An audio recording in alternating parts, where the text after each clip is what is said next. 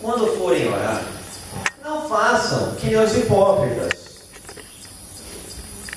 que quer orar, mas quer chamar a atenção de todo mundo, na verdade, todo mundo veja que ele está orando, ele já recebeu a recompensa dele.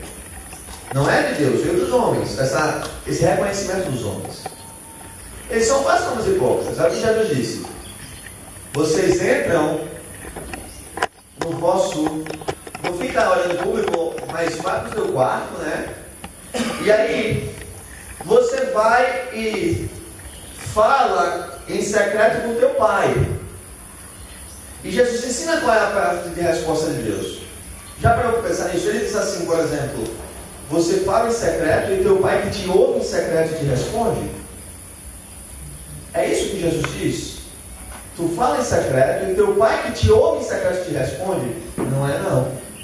Leia aí comigo.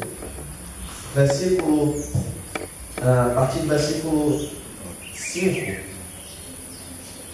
E quando vocês orarem, não sejam como os hipócritas. Eles gostam de ficar orando em pé nas sinagogas e nas esquinas a fim de serem vistos pelos outros. Eu lhes asseguro que eles já receberam sua plena recompensa. Mas quando você orar, vá para seu quarto, feche a porta e ore a seu pai que está em secreto. E aí, então seu pai que te vê em secreto te recompensará.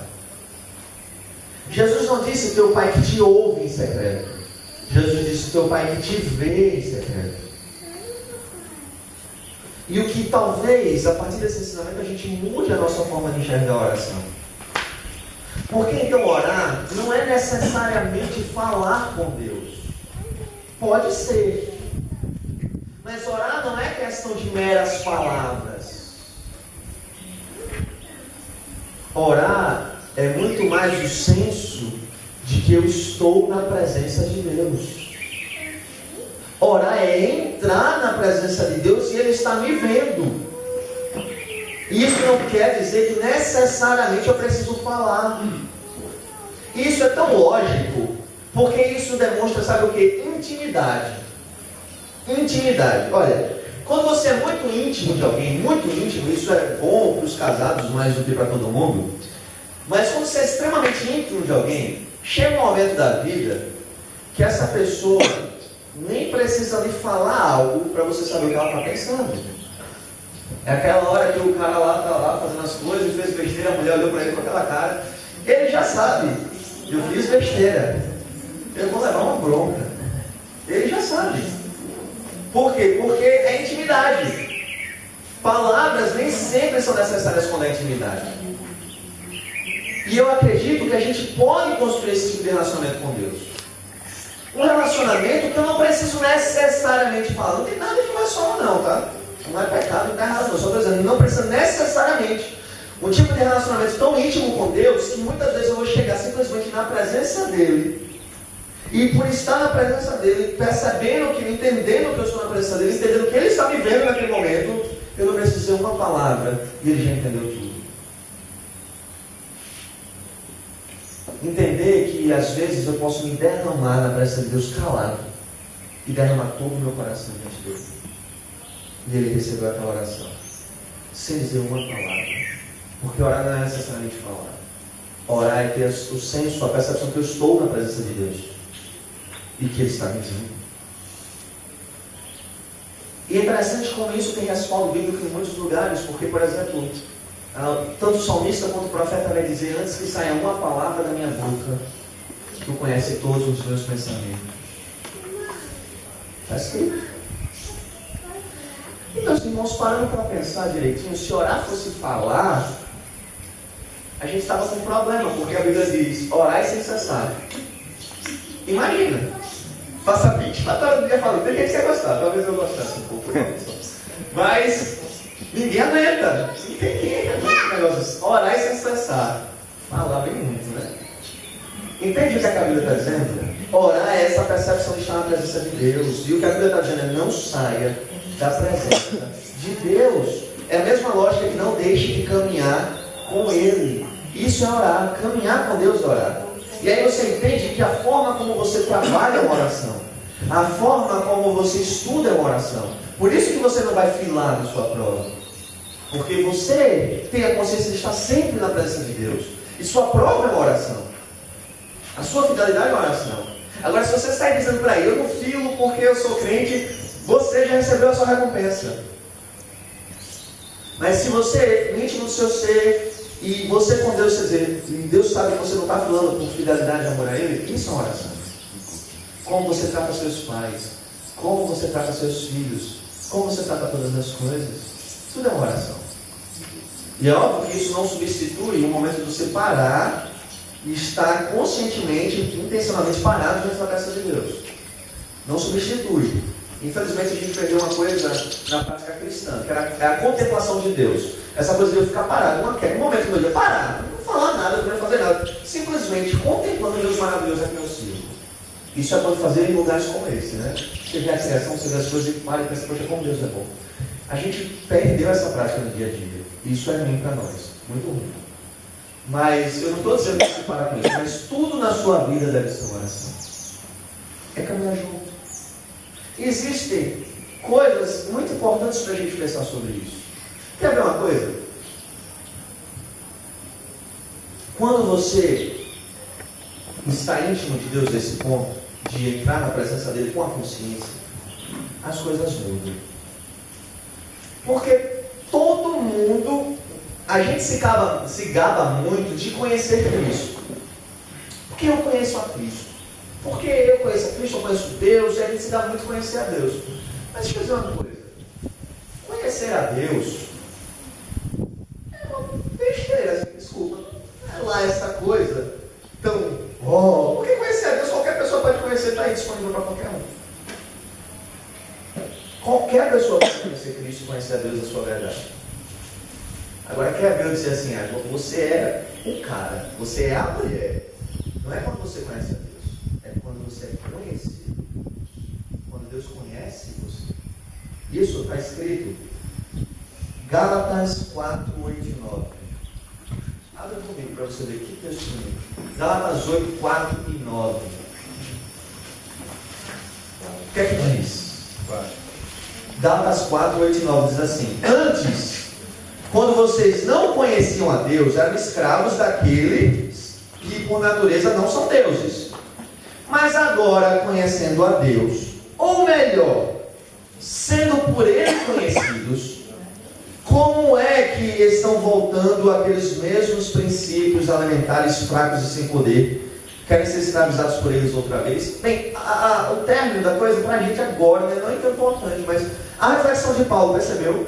Vocês antes viviam uma vida assim estranha, longe de Deus, porque não conheciam a Deus.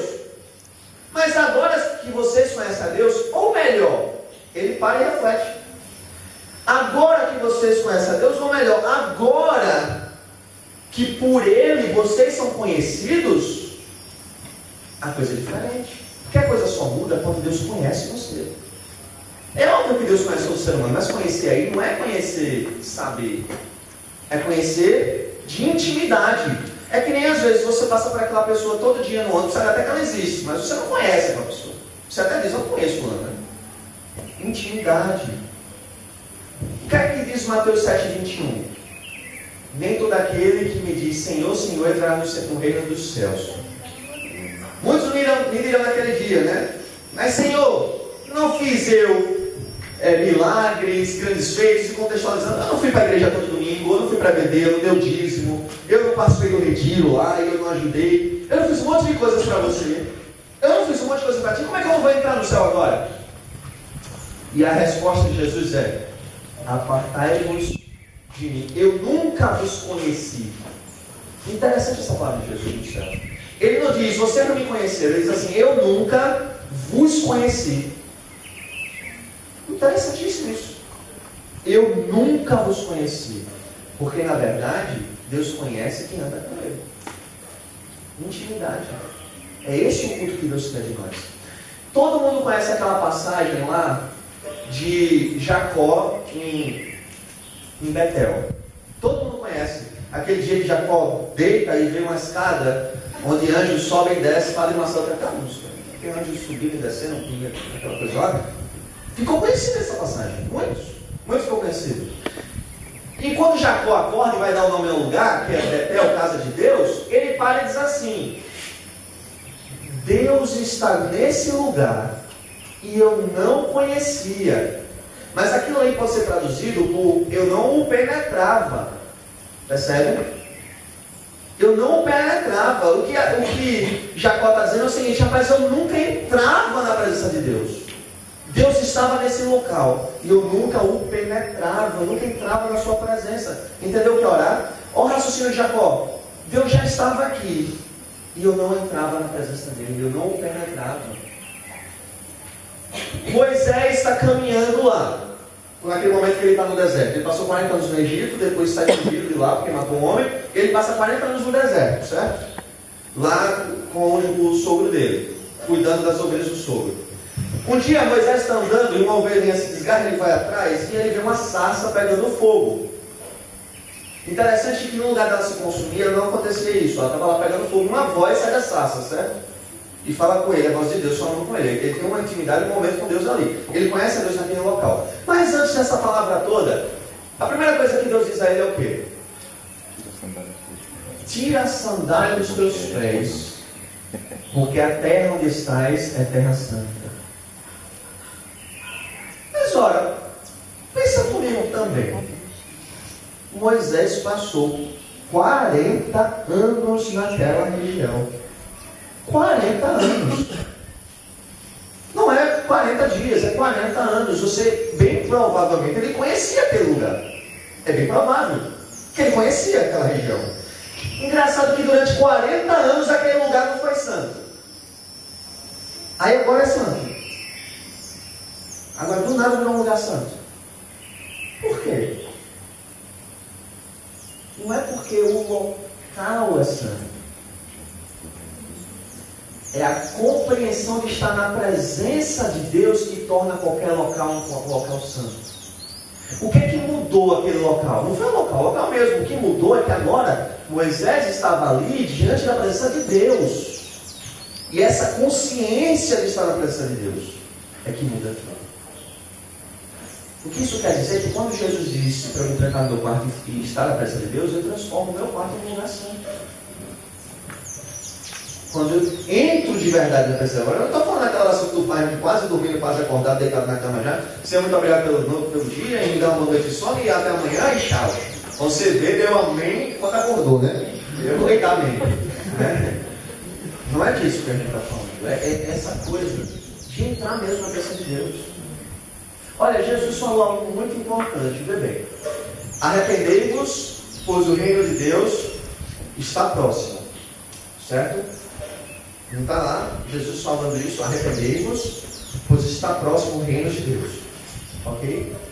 A leitura padrão desse texto é que o reino de Deus já está chegando. É uma coisa meio cronológica. O reino já está chegando. Não estava aqui e está chegando. Tudo bem, tem sentido. E eu concordo que é assim também. Mas eu também quero propor uma outra possibilidade de acrescentar isso. Não é estar próximo no sentido de estar chegando, mas estar perto. Próximo no sentido de perto. Ela está próxima de mim, tá vendo? O que Jesus está dizendo é: vocês estavam longe do reino por causa do pecado, mas agora o reino está próximo, ou seja, ele está acessível. Vocês antes não poderiam entrar no reino, mas agora já podem. O reino está tão perto que se tu levantar a tua mão, é capaz de tocar nele. Porque ele está perto de você. Como Jesus disse, está no seu coração. E o que é entrar no reino? É entrar na presença do rei. Percebe o quanto a oração é uma coisa assim, extremamente importante, a gente perdeu isso? Ora, meus irmãos, é você entrar na presença do rei. É lógico que você entrar na sala do trono de Deus. E eu penso que talvez, a reflexão que talvez vai nos ajudar para o futuro, é parar de pensar que Deus vem até mim, eu vou até Ele. É quase que você transcendeu aos céus. A gente não quer ir para o céu, vai ser bom, maravilhoso, eu concordo, eu também quero. Mas eu estou dizendo que você já pode viver um pouco dessa experiência hoje. Todas as vezes que tu vai para o teu quarto, tu ora com o compromisso de entrar na presença de Deus, tu entrou diante do trono de Deus. Entrar no reino de Deus, Ele está próximo. Isso é orar. Orar, meus irmãos, é a coisa mais importante, mais preciosa que nós temos. Mas na concepção de intimidade, de caminhar junto. E a pergunta que fica para a gente nessa manhã é: sua religião com Deus e seu culto a Deus está caminhar junto diário? Diariamente você tem caminhado com Deus. E caminhar com Deus é caminhar nesse compromisso. nessa intenção, nesse entendimento que você está comigo, como Enoque fez. Hoje eu entendo que orar é você resgatar aquela caminhada que Adão tinha no jardim.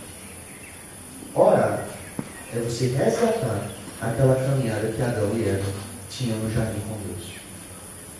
E Deus tem esse convite de intimidade, proximidade, relacionamento, e mudar essa perspectiva de religiosidade, porque isso não vai nos levar a canto nenhum. Amém? Amém? Deus abençoe. A menina falou ali que as perguntas de vocês, não sei se